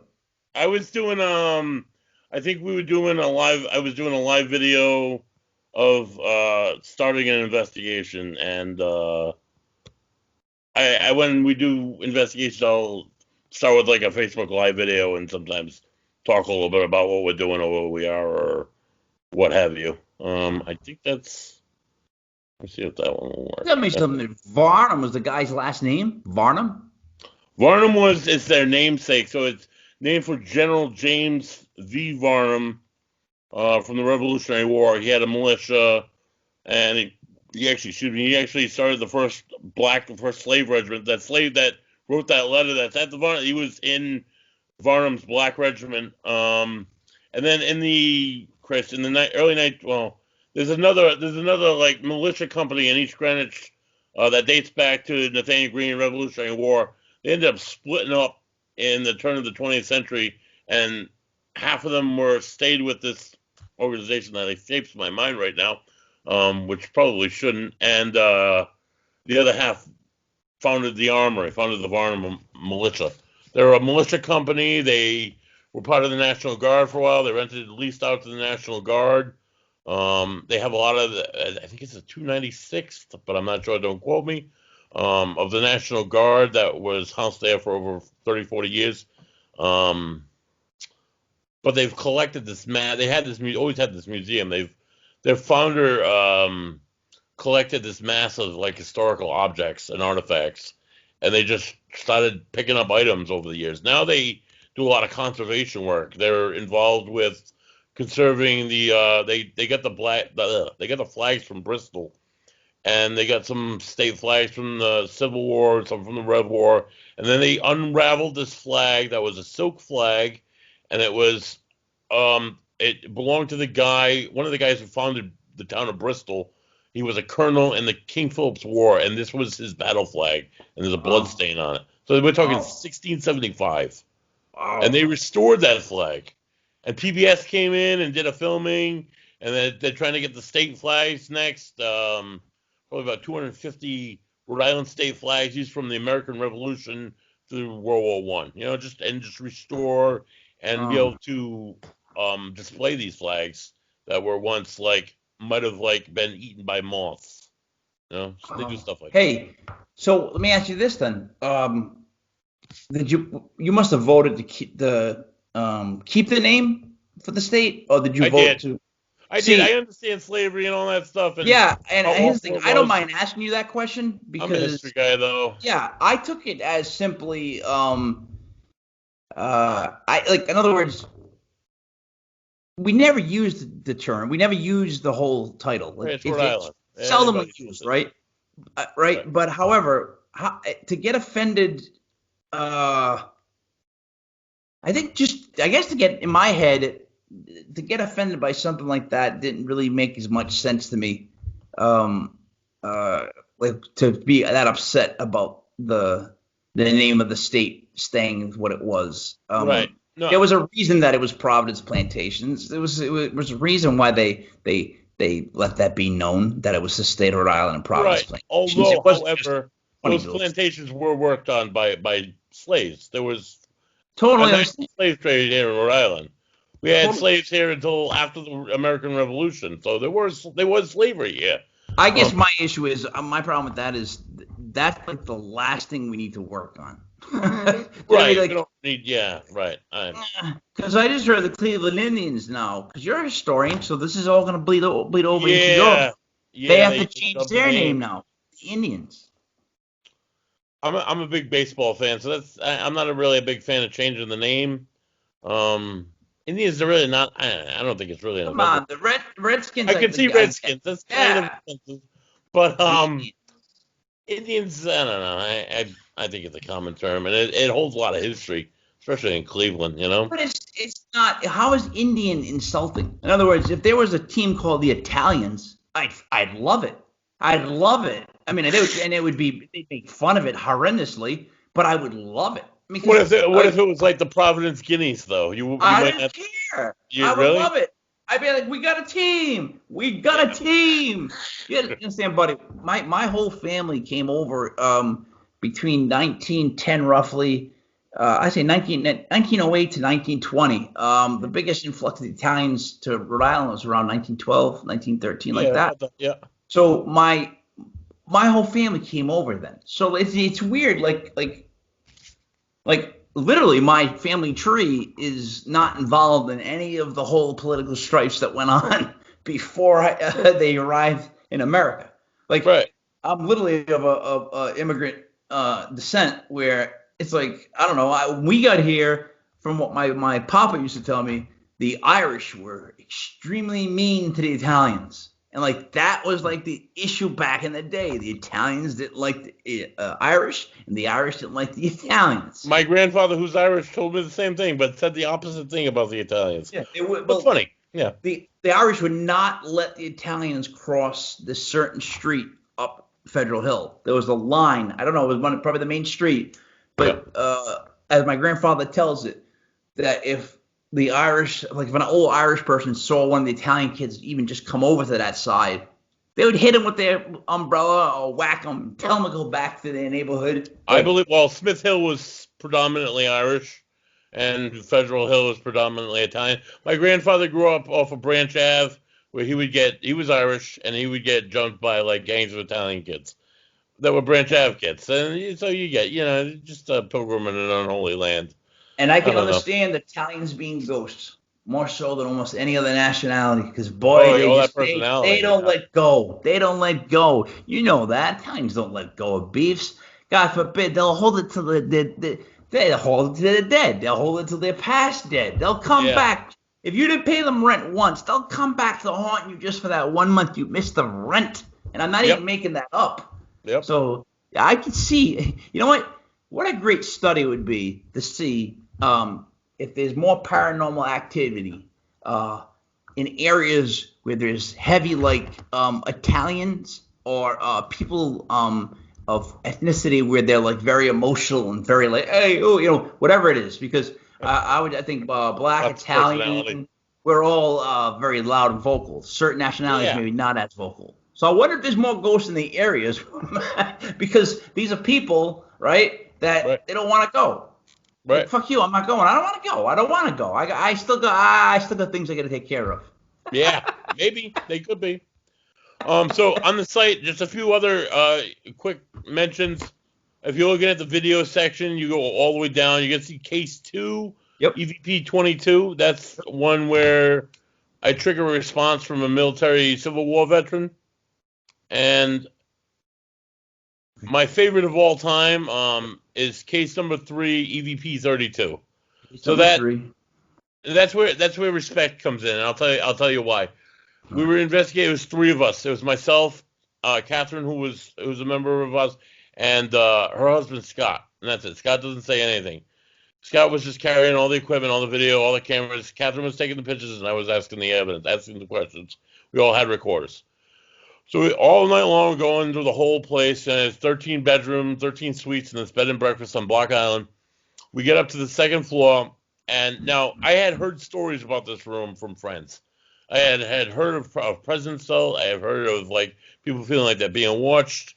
The room was called. Their rooms were all named for family members who had lived in that house. So it was a bed and breakfast that was owned originally by a doctor and his brother who was a senator, and their whole family lived in there over the years.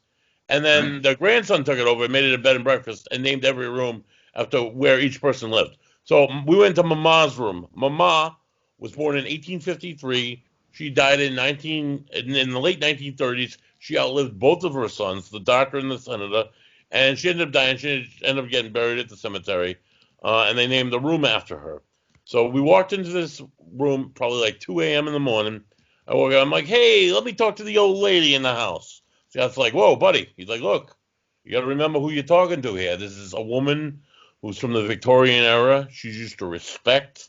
She's used to be treated nicely. You got to say it really you got to say it cordially. And he's like, hello, Mrs. Champlin. No fucking word of a lie. Which one is this? After he says hello, it's me, Catherine, and this guy, Scott. This old woman's voice comes through. Hello, clear as day. Couldn't tell you there was nobody else in the building. There was very few people on Block Island because it was March, preseason. So there's like maybe a couple hundred people that lived there. Yeah. And we had the keys to this whole place. There was nobody in the whole place. Couldn't tell you who that old woman was that said hello like she was in the room with us. What case was it again? Case number 3, EVP 32. Case number 3. If you're on all videos, you go all the way down. There's a few different examples of it. I revamped it a few times. Now, again, let me warn you. In a few of the videos, they'll start off with this really annoying bell and like the sounds of the ocean. I did that for a couple of years in my videos, and looking back on it, it's like when you play multiple of them in a row, it's annoying as hell. But Oh, just for something. Rhode Island? You did it for the whole Rhode Island thing? Yeah, it's just it's the first like 10 seconds of a lot of the videos. Anything from case 3, and it's like 5 of them from case 3 on there, but 32 is the best. Yeah, I And keep finding case 3 reveal, case 3 like number 28, case 3. all right, 28, keep going down. Yeah, Case 38, then there's 3 and 32. I don't know how far down you are. I got whoa, the chair just moves. So Oh, now I'm going farther. is it just after that? No, I got It's case way 34. down. You go all the way down. You'll see pictures of the lad school. You go past that. Case I also 11. have 11's the lad school. Keep going down. There's nothing after that. It was case 3, case 34, end of results. No, I don't know. Yeah, All right, maybe I'll send you the videos. I don't. Maybe I'll tag you in them or something because they're definitely. I'm looking at them right now. They're definitely I'll here. pull. I just go to your page. I must have them in a different format. Like I have them just one at a time. Yeah, if you go to the page, if you go to the pages, case 11, and that's the lad school. We were privied 4 months before they tore the Fogarty Hospital down and the last remaining buildings at the lad school. A really good friend of mine who had a job with the state allowed 2 of us to go in we went into 3 buildings, 20 minutes each. We couldn't leave the first floor because all the other floors were collapsing, and oh my God, I didn't see them at the time, but I heard the rats in the recordings, and it was absolutely disgusting. But there are some holy shit EVPs from the lad school. Really? That place, it was definitely haunted. Definitely. No doubt in my mind. Men, women, children. And it was just me and this woman, Catherine. We walked around this whole building. There was no other people in there, but you swear to God, there was a man, a woman standing like right in front of me at any given time. It's weird. It's just weird. Yeah, I got them all up now. I think this is definitely them because there's like 3 pendulums in a row. Yeah, you just keep going down. All right, and this is Ocean State Paranormal's video. Then I'm case 33, second floor. Case 33, mud puddles. That's one we wanted, isn't it? Mud puddles. That's one of them you wanted. Yep. All right, let's just see what happens when I play that. All right.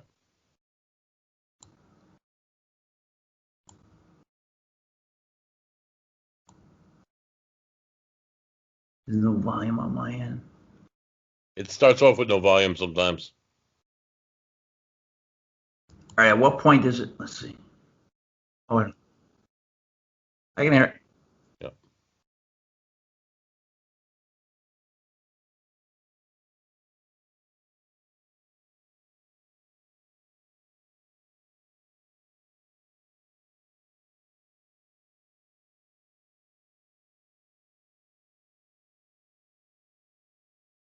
Yeah, I heard puddles. That's freaky. Yeah, that was scary. I heard puddles. The mud wasn't as clear as puddles, but goddamn, that was definitely someone kind of whispering puddles. Yeah, it's just weird how it happens like that. I'm gonna try and find a video really quick that I can show you before we finish this up. I don't have it on my page, that's why I'm just taking a quick look for it. My computer might not want to cooperate. Of course it doesn't. Maddie's room.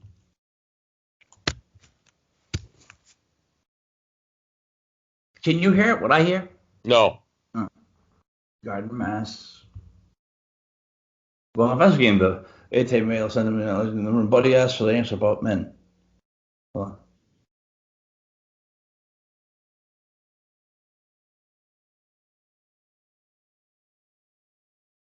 Boss, can you please? Yeah. Wow, dude. Yeah. See, now, all right. So if I'm trying to discredit you, all I would say is that you added that audio. You could say that, right? That's the only thing I could say because that's all I could say, right? What else could I say? I guess, but no, we don't. You'd be crazy too because that's such a random woman's voice. Like for you to be hiding that woman's voice in an audio thing just to prove a point is crazy. I think it's even crazier than anything else. So Yeah. I'm prone to believe somebody when they show me something like that. Right. Because why would you bother? Yeah, exactly. Yeah. Well, some people think they're gonna make a name. Some people they think they're gonna make money out of it. I don't. Honestly, I don't know. I don't. Yeah, come on. Not really in this for the money. Yeah, I know, right? There's not really money. Yeah, I guess if I get my own TV show, I don't know, but I don't. I wouldn't even want Dude, that. you start doing a podcast once a week, or actually, how about once every 2 weeks for the site, and you throw it up there on a Sunday night. I think you'll start getting some rub coming our way. I think there's something there. It could be. Yeah, it could definitely be. It could Your definitely approach be. is definitely worth it. Like it's Yeah. definitely better than most people's approaches to this. You're Yeah. looking at it almost like a financial advisor, but for ghosts. That's how Maybe. kind of how I would describe it. Maybe. You know, you want to break it down for them.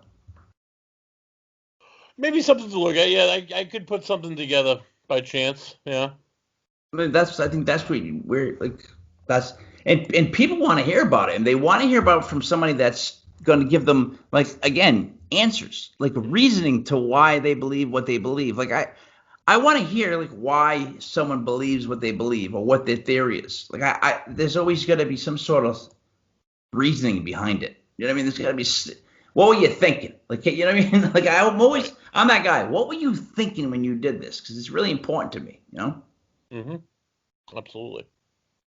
But yeah. buddy, if you have anything else to show us, that let me know. If not, I know I've had you on there for a while. What I'm gonna do is I'm just gonna link right up to your Ocean State Paranormal. Make sure that everybody checks out the page. Let's see if I have this video really quick. I don't know if I do. Do you have? All right. So all your videos must go to a YouTube channel. Yes. Well, yeah, I did have a YouTube channel that I did start. I haven't loaded in more than half of my stuff, but some of the older stuff is on the YouTube channel. Yeah. I'm trying to get like the best link to just put there so that people can see everything. I was thinking maybe the video section of Ocean State Paranormal page on Facebook is does that give me a link? The photo section. It should, like, right in the browser. Yeah, right up here. Can you see what I see? This right here. Yeah, let me give that a shot.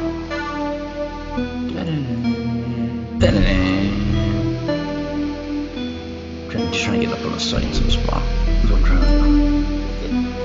All right. I'll put that up there.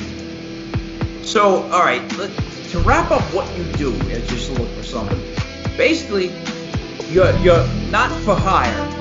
Right. You don't accept payments, but you are for, in other words, if there's something really going on, if you have something, if you're listening to this podcast and you're in the area, and you really, really have something going on, how would you think reach something's you? going on? You don't What have do you want them to do? If you think you might have like visitors, or you might have something going on in your home, or maybe you're going nuts and you want to try this avenue first, you just go to the Ocean State Paranormal page, and there's a button that says Contact Us. You can hit that. You can reach out to me, Buddy Thayer, on Facebook. Like, I respond to the messages on the site myself, so. Maybe a couple days somebody will contact you and get you set up with like a meeting so we can figure out how we can help you, if we can help you. Most cases we can. Even if it's something that we think that we can't handle, we have people that we know that do handle stuff like that. Like, say, a demonic haunting or whatnot. But we would actually come in and have to establish that in the first place, honestly. So that's just, like I said, 99% of the time, it's just like, if you feel uncomfortable, if you think there's something going on, reach out to us. We'll come in, we'll look at your house, we'll investigate everything, we'll be as detailed as possible. And we'll give you, we won't spew you any bullshit. And any of the evidence that we present, it goes through such a scrutineous process. Because I don't want to, I make the entire group has to review, has to agree on everything before we put anything out, because we don't want to, like, hey, this is garbage, and we're presenting garbage. We want to present the best of what we got, you know? So, It's weird. A couple things. One, for people that are having this problem right now, you realize that hearing your voice and you say that you handle or deal with these issues might be a gigantic thing for these people. Because I'm thinking, if you hear this and it strikes a chord with you, then you really do need some sort of help. So I think it's kind of good that you're taking up this niche, that you're following through with this. If you go to the website right now, legitfantasyfootball.com or legitfantasysports.com, I have a link up for Ocean State Paranormal. All you have to do is click that link, and it takes you to all those videos.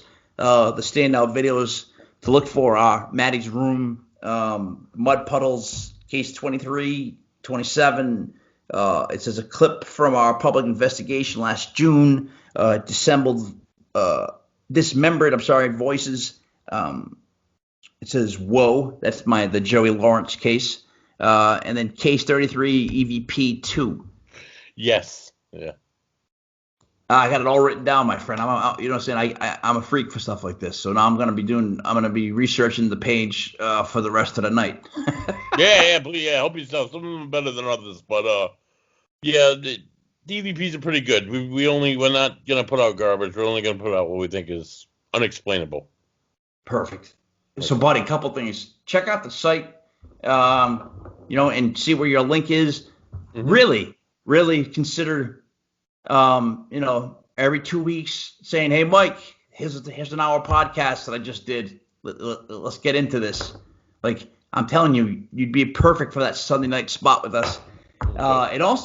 Secondly, thank you so much. This is fantastic. Like, I love, and I would love to get into a historic conversation with you too, just because sports and history are like the same. They're the same in my head. Like, I relate historic moments based on kind of sports moments also. Like, I know that sounds weird, but I just can see, like, if you said 1984, I'd be like, oh yeah, well, the Celtics were, like, I could just add that to, like, what was happening in that time. So right. I have a affiliation for history. Like, boxing itself is history. So I would love to hear more just in general on history, especially Rhode Island history, because I don't believe people here really know. I'm a big Rhode Island history fan. That's my main focus nowadays. Yeah, exactly. So it'll be perfect, man. So yeah, it's cool. But so I appreciate you coming on. I'm just gonna do my quick little radio wrap up here. Sure. So, buddy, once again, with Ocean State Paranormal, there's a link to his site, his Facebook page on our website. If they want to reach you, buddy, they can just reach you via that Facebook site or your email. That's I believe it's on the site. Right. Obviously, don't start flooding him with calls on, like, ridiculous things. But if you really think you may have something going on that you can't quite explain, and you really do need help, Buddy's the guy to call, just for the fact that he's going to look at the whole thing as a big picture, and he's going to walk you through every single step, and he's going to try to figure out every way that it's not something that you don't want it to be until he finally gets down to the nitty-gritty. You know what I mean? He's going to nail it down. You're going to whittle it down to what it is. And I that's the approach you want from somebody that's going to come help you with something like this. This is a sensitive type of situation. This isn't something you want to kind of tell the neighbors, maybe even the family members about. But I think you're saying when you say you're seeing ghosts and hearing dead people. Right? Exactly. So you're the person who's going to get the same response. Right? You keep it on the down low. You're not going to tell everybody in their family what's going on. You take care of it for them. And, you're the guy that you reach. Am I right? And everything's confidential. Like I said, we do post stuff on the Facebook, but it's case number so-and-so, so we don't reveal anybody's name or information for that very reason. Perfect. Exactly. Hey, all right. So, now, buddy, I'm going to have to figure out how to stop recording on this and how I can save it and post it, because I've never done anything like that before. Okay. So good luck to me, I guess. Yeah, good luck. I have no idea. But thank you so much. And this was, again, me, Mike Lepre from SOC, the King Mike L. This is legit fantasy football, legit fantasy sports. Thank you, everybody. We will talk to you tomorrow, Thursday night, for our flagship show. It's going to be half football and half basketball. We're going to be introducing the kickoff for our basketball show and our special segment, Stew for Two. This is me, Mike Lepre, legit fantasy sports with my friend Buddy Thayer. Thank you so very much. Goodbye. Bye-bye.